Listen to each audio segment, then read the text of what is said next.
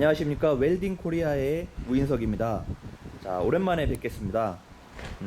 한 두 달 동안 제가 개인적인 제 일을 좀 보느라고 영상을 못 만들었습니다. 아무튼 그 부분 좀 죄송하게 생각하고 좀 여러 이 구독자님들께서 아래보기 비드내기에 대해서 이야기를 하셔서 제가 뭐 전화통화로 간단하게 이야기한 부분이 있습니다만, 오늘 그 약속을 좀 지키기 위해서 영상을 만들어 보도록 하겠습니다.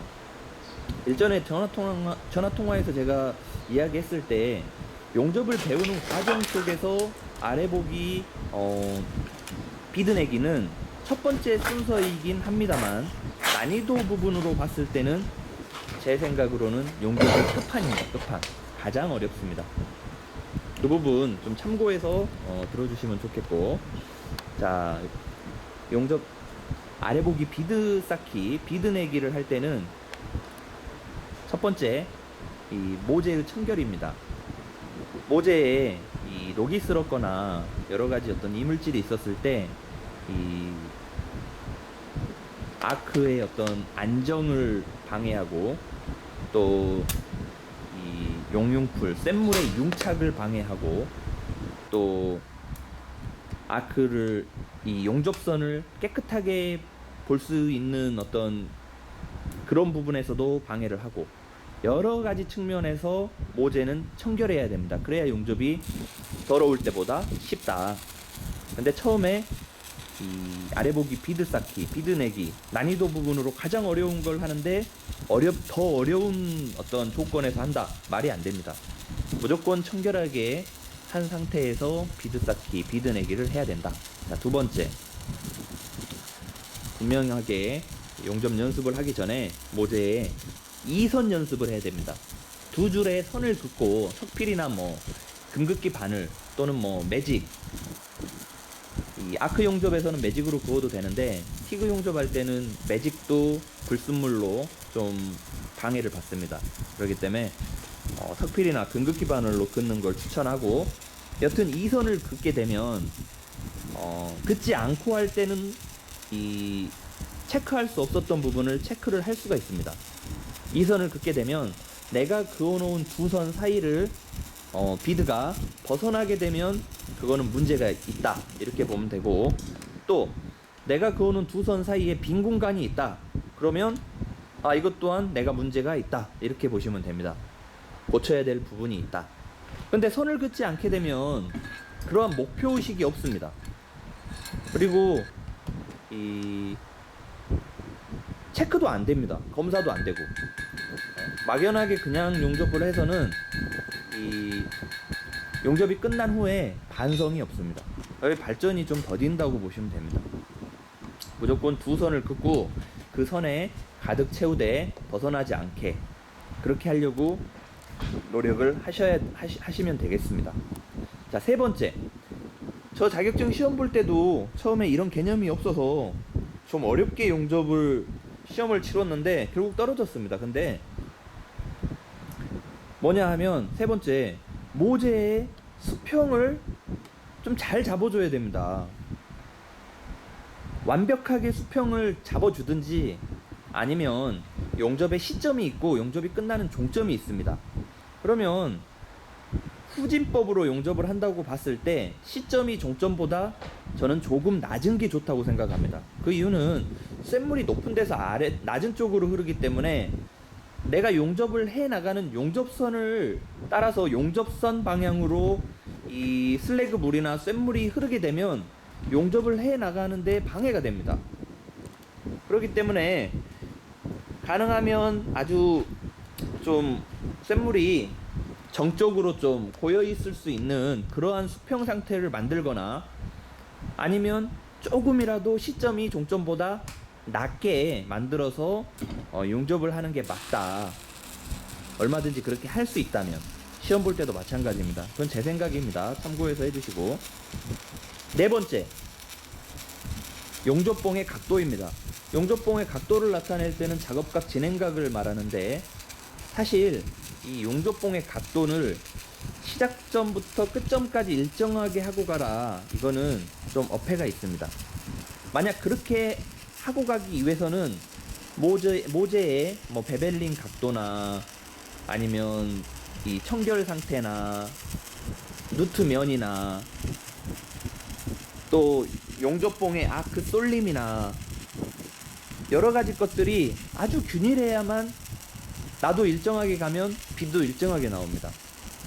근데 대체적으로 일정하게 유지를 하고 가면서 용융풀을 확인해 보고 했을 때 용융풀 또한 일정하게 유지가 된다고 하면 그대로 유지하고 가시면 됩니다.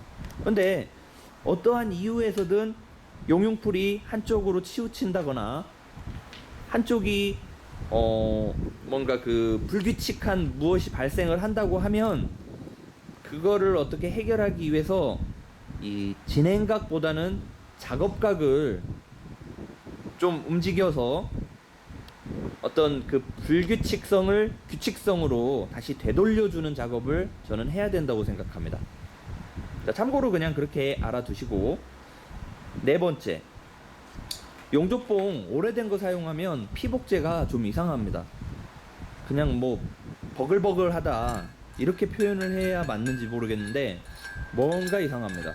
그래서 용접봉은 이 습이 좀 차지 않게 잘 보관을 하셔야 되고, 또 습이 차게 보관했다가 나중에 뭐 건조기에 넣으면 습이 뭐 다 날아간다 이렇게 생각하시면 잘못된 겁니다. 이미 상한 거 냉장고에 다시 넣었다고 신선해지지 않습니다. 자, 그래도 뭐 새 용접봉도 건조로에 넣어서 200도에서 뭐 300도 사이로 1시간 이상 건조해가지고 사용하면 좋다고 책에 나와 있는데, 물론 잘 건조된 용접봉을 사용을 해야 처음에 잘 되겠죠. 아크 발생도. 자, 여섯 번째, 처음 용접을 연습할 때는 전류가 어느 정도가 적당한지 잘 모릅니다. 그리고 용접을 단연간 해오고 있는 저도 전류가 어느 정도가 적당한지 모릅니다.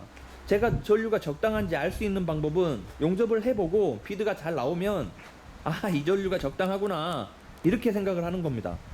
근데 맨 처음에 용접 배우는 사람이 비드를 잘 낼 수가 있습니까? 그렇게 생각을 해봤을 때는 적당한 전류를 절대 못 찾는다는 결론이 나오는 거예요. 그렇기 때문에 이제 학원에 어떤 도움이 필요하고 이 선배의 어떤 코칭이 필요하게 되는 거죠. 근데 후크메타가 있으면 이 요리에도 레시피가 있듯이 용접에는 WPS가 있고 또는 용접 레시피가 있다고 하면 그 레시피대로 전류값을 설정을 하면 됩니다. 전류 측정기. 후크메타가 없으면 처음에 전류를 맞출래야 맞출 수가 없습니다.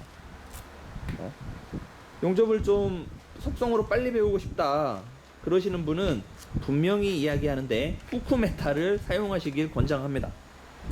그래야 빨리 늡니다. 그래서 본인이 지금 하는 어떤 용접에 있어서 전류가 몇 정도가 적당하다, 많은 사람들이 이야기하는 전류로 맞춰놓고 본인도 해보고 또 실제 다른 사람이 그렇게 맞춰놓고 용접을 할 때 용접 결과가 잘 나왔다고 하면 본인도 한번 그 용접 전류에서부터 시작해서 본인의 전류를 찾아보는 게 저는 좋다 이렇게 생각을 합니다. 자, 일곱 번째, 본 용접이 가능한 자세로 용접을 시작해야 됩니다. 자, 다시 말해서 용접이 잘 될 수 있는 자세로 용접을 시작을 해야 됩니다.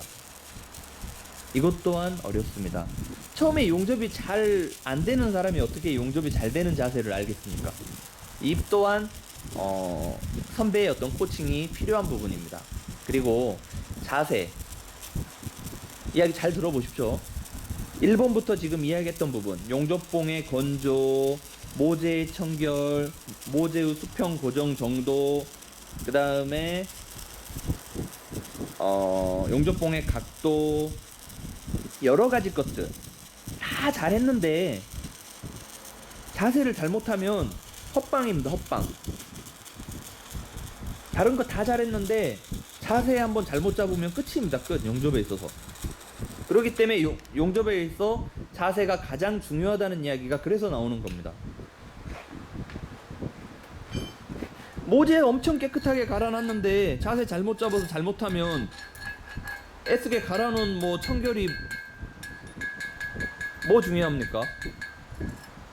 잘못됐는데. 그만큼 자세가 중요합니다. 자세의 포인트는 방금 이야기했듯이 그 용접에 합당한 용접봉의 각도를 내가 용접을 하면서 헬멧을 쓰고 용접을 해 나가면서 적절하게 잘 유지를 할 수 있는 자세인지 그걸 봐야 됩니다. 그리고 내가 이 용접을 하는 동안에 잘 버텨낼 수 있는 자세인지. 예를 들어 허리를 꾸부정하게 숙이고 있으면 얼마 가지 않아서 굉장히 피로합니다. 그렇게 용접을 하다가는 머지않아 용접을 빨리 끝내고 싶어 하는 마음이 듭니다.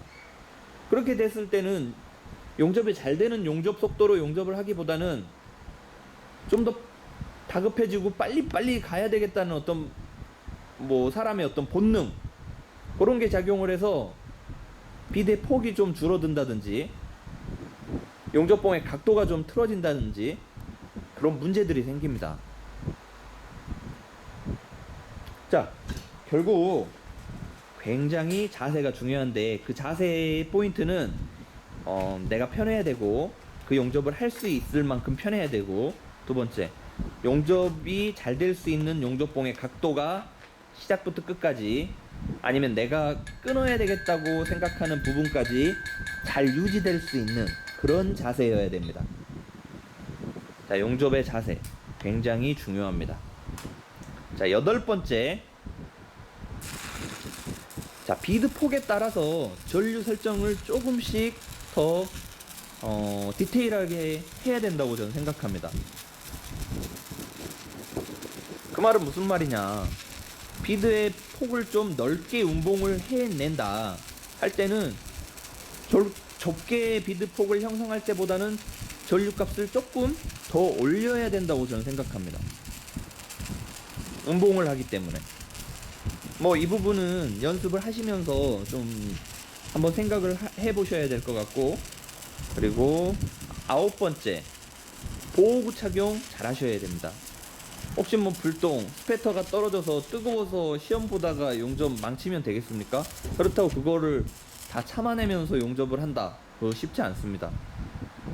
근데 한번 이 습관이 보호구 착용을 안 하는 방향으로 그 습관이 되게 되면 이 착용을 하면 용접이 잘 안 된다고 느낍니다. 그렇게 됐을 때는 와, 이건 악순환입니다. 처음부터 용접 배울 때 보호구 착용을 좀 불편하고 거부 반응이 있더라도 잘 하셔야 됩니다. 자, 열 번째, 그리고 본인이 지금 용접에 사용하는 용접기의 종류, 그리고 사용되어지는 용접의 어떤 전기의 극성을 본인이 알고 있어야 됩니다. 그리고 그 극성에 따른 어떤 특성을 조금 이해하고 예측하고 있어야 됩니다. 뭐 직류 전극성, 역극성, 교류 이렇게 되겠죠, 아크 용접에서. 그러한 것들을 조금 공부를 해야 됩니다. 자, 11번째. 자, 방금 전에도 제가 여기 용접 연습을 하는데 맨 처음에 한 줄 연습할 때는 철의 기화를 확인할 수가 없습니다. 근데 전류는 세고, 그리고 철판에 여러 줄의 용접을 연습을 했을 때 철이 푹푹 꺼지는, 뭔가 뭐라고 해야 되죠? 도로의 아랫부분에 구멍이 생겨가지고 팍팍 꺼지는 그런 느낌처럼 쇠가 꺼지는 그런 현상을 접할 수가 있습니다. 전류가 세고 여러 줄의 연습을 진행했을 때 철이 버티지 못하고 꺼지는, 저는 그거를 철이 기화했다라고 생각을 합니다. 맞을지 틀릴지 전 잘 모르지만 그렇게 하게 됐을 때 철이 기화하는 현상을 목격할 수 있습니다. 전 오늘 목격했습니다. 그냥 꼭 아르곤 용접에서 가스를 공급하지 않고 전류를 세게 올리면서 아크를 발생시켰을 때처럼 뭔가 아무튼 쇠가 날아가 버리는 듯한 느낌이 듭니다. 저는 그거를 철도 일정 온도 이상 되면은 기화를 하죠. 저는 기화했다고 생각합니다. 그리고 12번째, 연속 용접 연습에 따른 특성. 그 말 방금 전에 이제 했던 말하고 똑같은데, 용접 연습을 이 철판에 한 줄씩 한 줄씩 이 철에 열이 누적된 부분을 어느 정도 식혀가면서 하는 용접하고, 계속적으로 식힘이 없이 과열된 상태에서 더 씌우고 그렇게 용접을 했을 때의 용접의 어떤 특성 알아야 됩니다. 하지만 맨 처음에 학원이든 어디든 연습을 하게 되면 방금 했던 용접 비드 옆에 또 쌓고 또 쌓습니다. 그러면 분명히 처음에 만들었던 용접 비드가 나오질 않습니다. 그렇게 알면서 용접을 해야 됩니다. 자, 이 정도로 아래 보기 비드 쌓기 할 때 신경 써야 될 부분을 제 나름대로 이야기를 해봤습니다. 자, 이상 제가 각 주의사항마다 디테일하게 예를 들어 설명을 하진 않았지만, 혹시 더 궁금한 부분이 있으면 댓글이나 아니면 카카오톡 아이디 공개되어 있으니까 그쪽으로 전화를 주시든지 전화번호 남겨주시면 제가 연락드리도록 하겠습니다. 자, 다들 용접 연습 잘 되시길 바라고, 저도 오랫동안 용접을 안 하면 전 할 수 있었던 기능마저 없어지는 것 같습니다. 그래서 저도 가끔 용접을 이렇게 연습을 꾸준히 해줘야 되는 입장이고, 또 궁금하거나 필요로 하는 영상 있으면 이야기해 주시면 제가 할 수 있는 범위 내에서 만들어서 올려보도록 하겠습니다. 자, 그래도 이렇게 잘 시청해 주시는 여러분께 감사드리고, 다음에 또 좋은 영상으로 뵙겠습니다. 감사합니다.